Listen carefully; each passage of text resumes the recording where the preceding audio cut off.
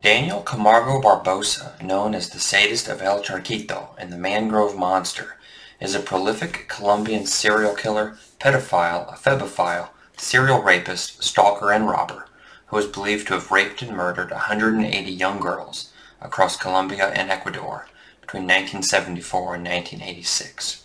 How messed up does someone have to be to do that, right? I mean, 180 girls? That's just hard to wrap my mind around. He must have taken a page out of Pedro Lopez's book. Once again, though, the laws of these countries and their criminal justice systems totally fail to address psychopaths, the likes of Pedro Lopez and Daniel Camargo Barbosa. It's a freaking joke. Keep watching to learn how Daniel's nightmare of a childhood influences and molds him into the psychotic dirtbag who becomes the fifth most prolific serial killer in the world by number of proven victims and fourth by number of possible victims.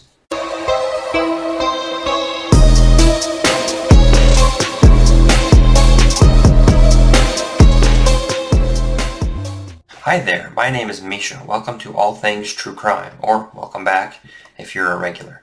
If you enjoy this video, please like it and subscribe to my channel so you won't miss my next video. The subscribe button is right below the video, and then ding the bell, that way you won't miss my next video.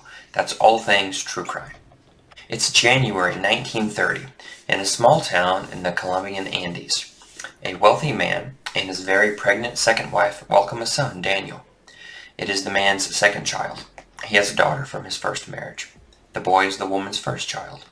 A short 2 years later, the man loses his wife to an unknown illness. A little boy, just shy of 2 years old, is left to be cared for by his overbearing and emotionally distant father. Soon after, Daniel's father remarries. This little boy's new mom struggles with infertility and has always wanted a girl. As a result, she takes all her frustrations out on him, physically and emotionally abusing him through humiliating acts such as forcing him to dress like a girl and then sending him off to school. When he gets in trouble, which is often and usually fabricated by this crazy stepmom of his punishment consists of being undressed from the waist down and repeatedly hit on his butt with a bullwhip. As a result of all this trauma, he begins developing violent tendencies. No surprise. And these naturally escalate to outbursts and fights at school. He's made fun of at school and bullied, and that's a given, right, since his stepmom forces him to dress like a little girl. As this behavior first continues, it gets worse. The punishment she inflicts on him escalates until she decides to take away all of his pants and make him wear dresses permanently.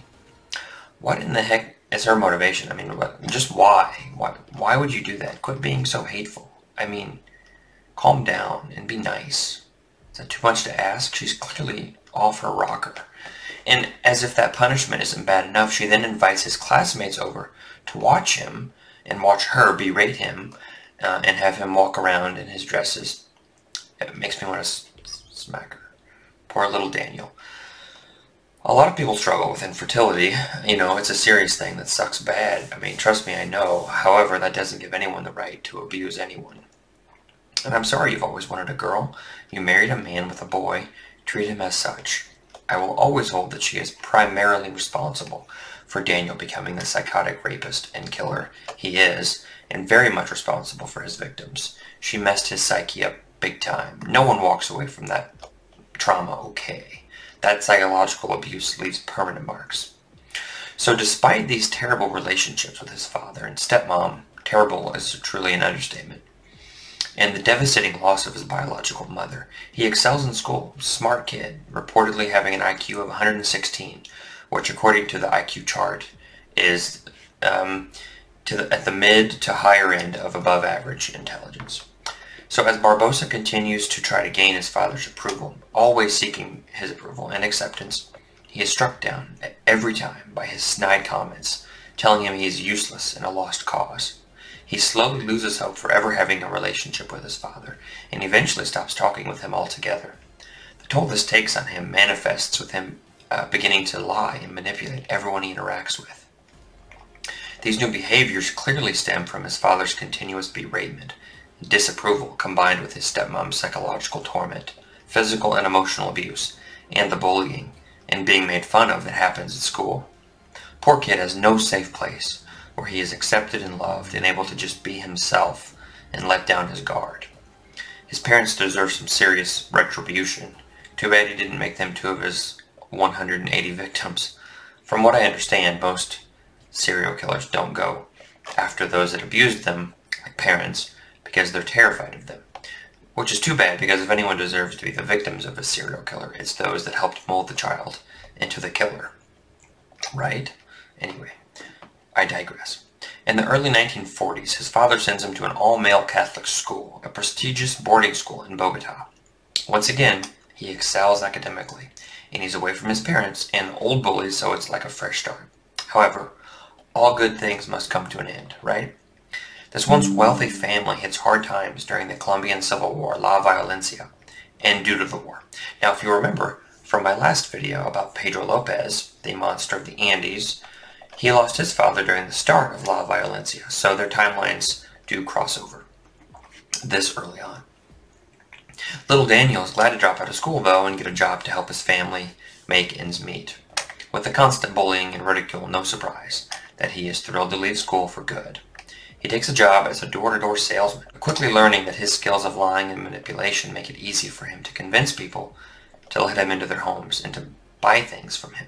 In 1957, he meets a woman, a client, and a relationship blossoms.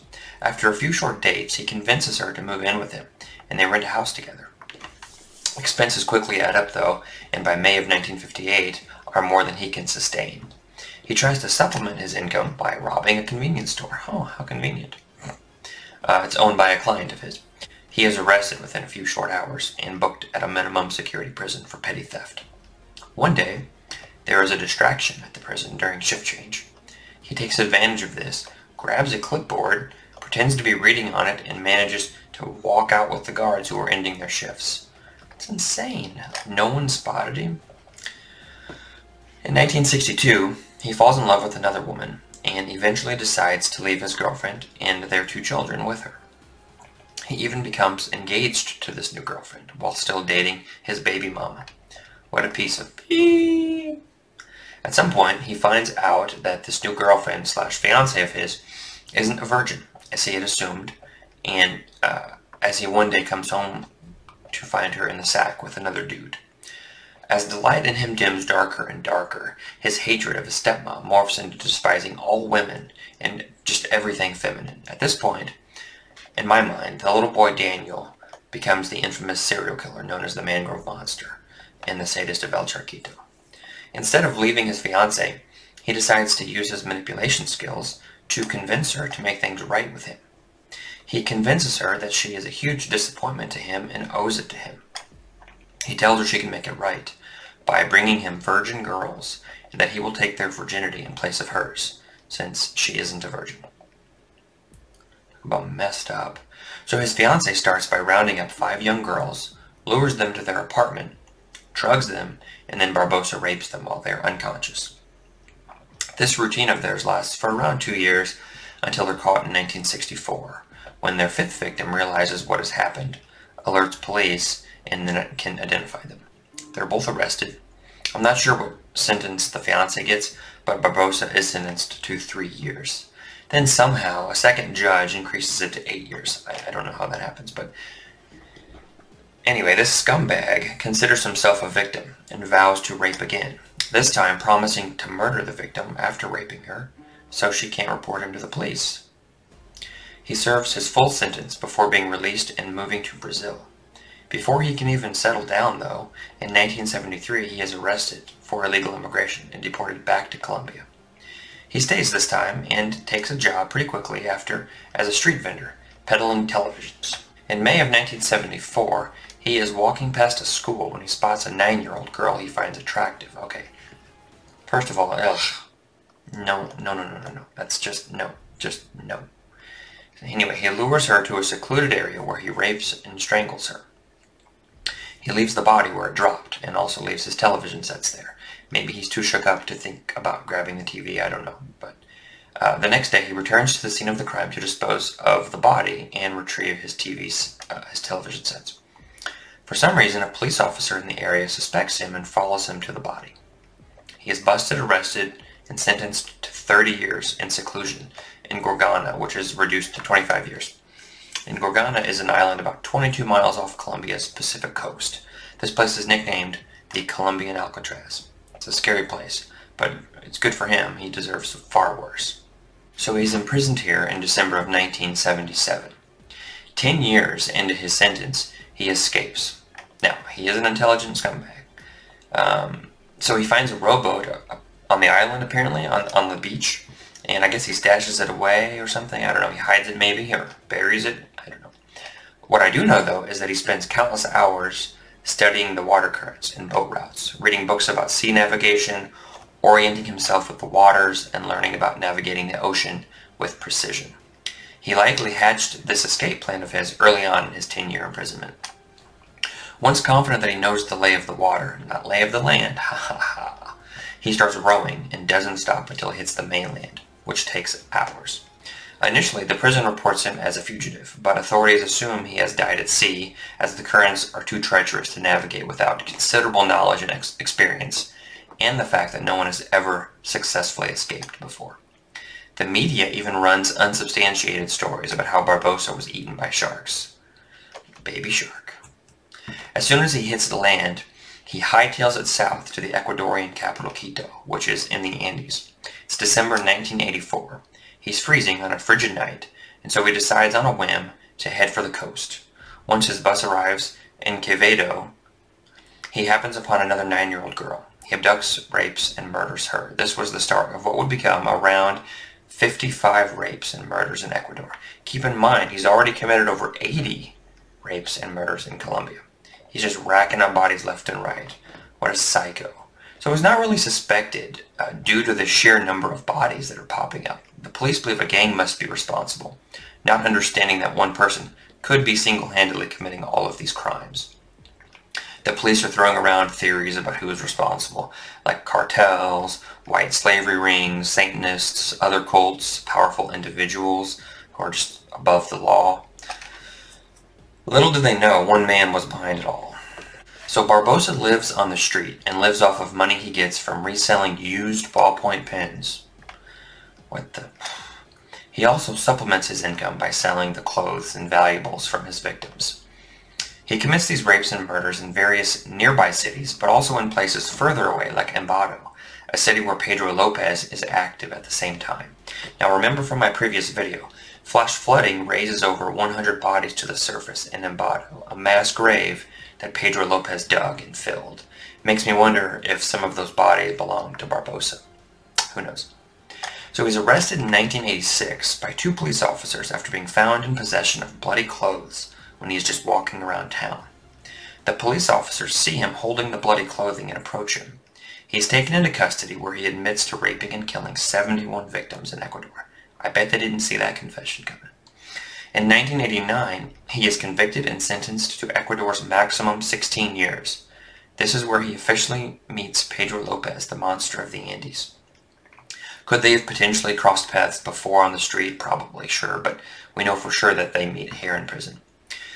In November of 1994, he is given a new cellmate, someone who happens to be the nephew of one of his many murder victims. He immediately forces Camargo to his knees before whispering, "It is the hour of vengeance." At this point, he proceeds to shank Camargo 8 times, murdering him in cold blood, and then cutting off one of his ears, or both, conflicting stories, as trophies. The prisoner proudly shows the guards the ear, or ears, and says he has avenged his aunt. No one claims Camargo's body, so he's buried in a mass grave. That's fitting. I wish Pedro Lopez could join him. Barbosa is 64 years old when he dies. His murderer was 29 years old. He finally met his match, the scumbag. When all is said and done, authorities link up to 180 murders to this dirtbag. He always targeted females and was willing to go after girls as young as 9, so long as he found them attractive. Ugh. Supposedly, his favorite type was maids, peasants, and students who were transitioning from primary school to college. He would always approach them acting like a lost foreigner who was trying to locate a church on the outskirts of town to deliver a large sum of money to the pastor. He was believed by these girls because they were young, but also his educated vocabulary, right? He was a smart dude, and the fact that he was fluent in English and Portuguese. If the girls agreed to help him find the church, he would offer them a reward once they got him there. The young victims were promised small amounts of cash, candy, or a pin, while older ones were offered jobs at the church. He always picked spots that were very remote and wooded, and often required a bus ride. They were so far outside of town. Once to his kill zone, he would walk ahead of the victim a considerable distance and then hide in the woods, then holler at them that he was familiar with the area now and remembered a shortcut. If they followed him, he attacked. If they got spooked and refused, he wouldn't try to stop them and said he would just find a new victim. For the ones who were trusting, he would threaten them with a knife to their throat. He would then rape them before either strangling, stabbing, slashing, hacking, or crushing. His blade of choice was a machete, and this here is the actual murder weapon. One woman was able to grab a rock and bash him in the head while he was raping her. He became so angry at that point that he straight decapitated her right there and then tossed her head in the garbage, just tossed it away, threw it away. For another victim, he apparently gutted her and removed her lungs, kidneys, and heart. He always carried a second shirt to change into and would urinate on his hands to rinse them off if he got blood on them.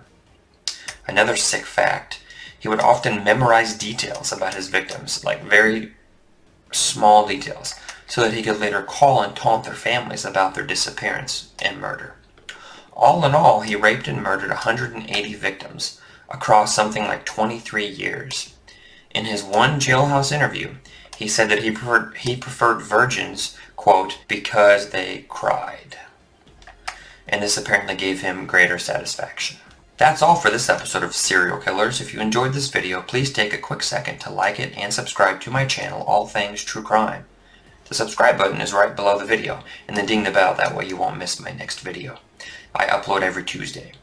On the next episode of Serial Killers, we're going to dive into the life and crimes of the Bender family, aka the Bloody Benders, a family of serial killers from Kansas who lived and murdered/terrorized folks in the late 1800s.